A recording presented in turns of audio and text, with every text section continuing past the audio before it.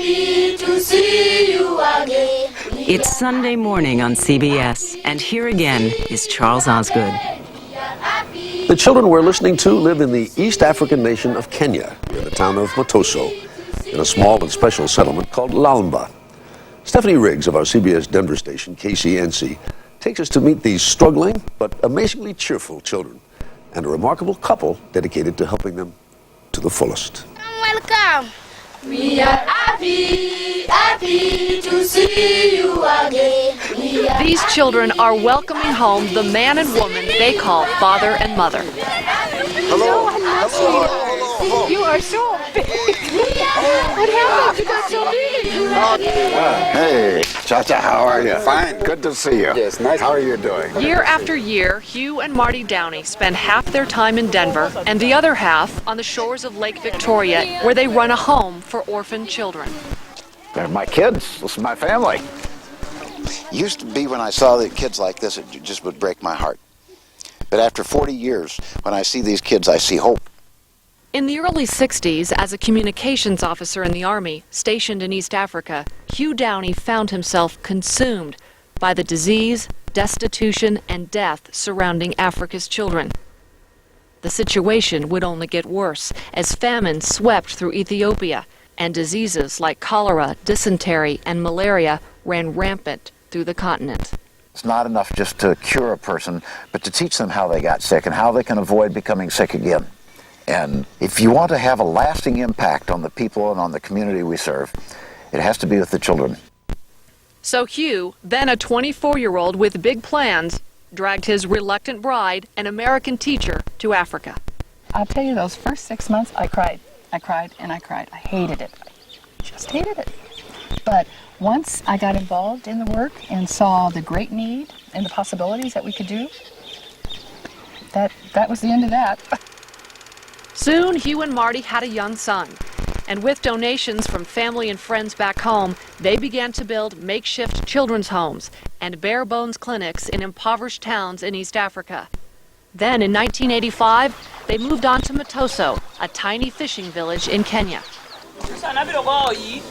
So when you came here, what was this? Absolutely nothing. It was a flat field. There was great need for medical care, and they had the highest infant mortality and the highest illiteracy rate for the entire country. These small huts became home to 30 orphan children. The Downeys called this place Lalmba. Loosely translated, it means hope. They're all very, very poor by our standards, but believe it or not, there are some very, very, very poor. There is a difference. There is a class of poor. So we choose only the poorest of the poor that we care for. But what started as a little children's home quickly became inadequate. A mysterious new disease was taking hold in the region, a disease called AIDS. Lalmba became filled with children whose parents had succumbed to the disease. My parents died, my father and my mother. This is Bob, named after one of Lalmba's volunteers. Who takes care of you? Lalmba people and my brother. Why do they take care of you?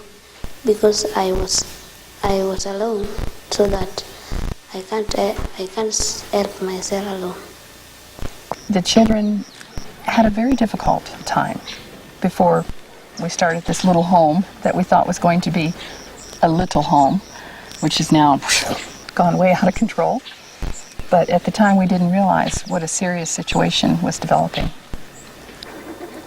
Kenya has one of the largest populations of AIDS orphans in the world, more than 1 million.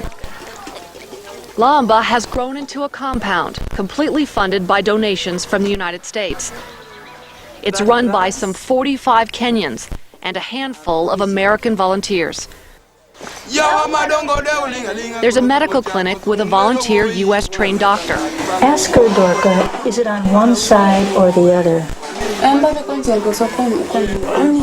A lab, a pharmacy, a health education center that has a nutrition class for mothers, a loan program for small business owners. even a lending library of old donated books. But perhaps most important, about 5 years ago, the Downeys began an extensive outreach program called Reaching Children at Risk. During the course of the year, we provide food and medical care, clothing and education for these children. Come on, see. Come on, see. How are you today? They have welcomed me in, and they have treated me as one of their own. I am forever flattered and grateful. Can you beach, huh? Can you give me a hand? Terry Thompson, a Colorado nurse, is a 2-year outreach volunteer. Most children here don't have parents. Most children here have lost parents. So as soon as their hip is big enough to put a baby on it, usually somebody has a baby on their hip.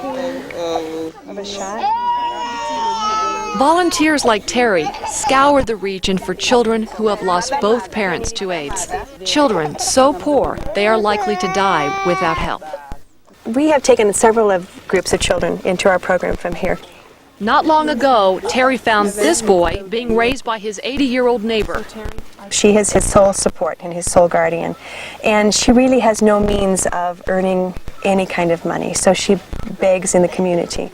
They had been surviving each day on just 1 cup of tea. Can you tell us her name? Terry enrolled him in the outreach program. Now, with Lalmba's support, he and his surrogate mother will get nourishment and more. So she'll get 2 tins of maize a week, a blanket, he'll get school uniform, school fees paid for, and free medical care at Matoso Clinic. All the children in the Downeys' care have to fulfill one important requirement. They must attend the local school. They have to become something of themselves. These are the teachers. These are the educators. These are the healthcare workers. These are the farmers. These are the fishermen. I will be a teacher. I would like to be a doctor. I would like to be a teacher or a doctor. A teacher or a doctor? Yes, or a driver. Or a driver? Yeah. Are you ready? Nearly 1,000 Kenyan children are now part of the Downeys Outreach Crusade. They say they'd like to help more, but 1,000 orphans is all the program can afford. And to guarantee a steady stream of help, they've been hard at work, training an entire corps of local heroes. This is a big achievement for these people in this area, because this is just like luck which has come from heaven. Christopher Bobo is the Kenyan government's local representative. Hugh and Marty have started educating the community. They have started orientating the community on how to manage these resources themselves. When I grown up, I will take care of the orphans like Hugh. I'll remember what he done for me, so I'll done these things too.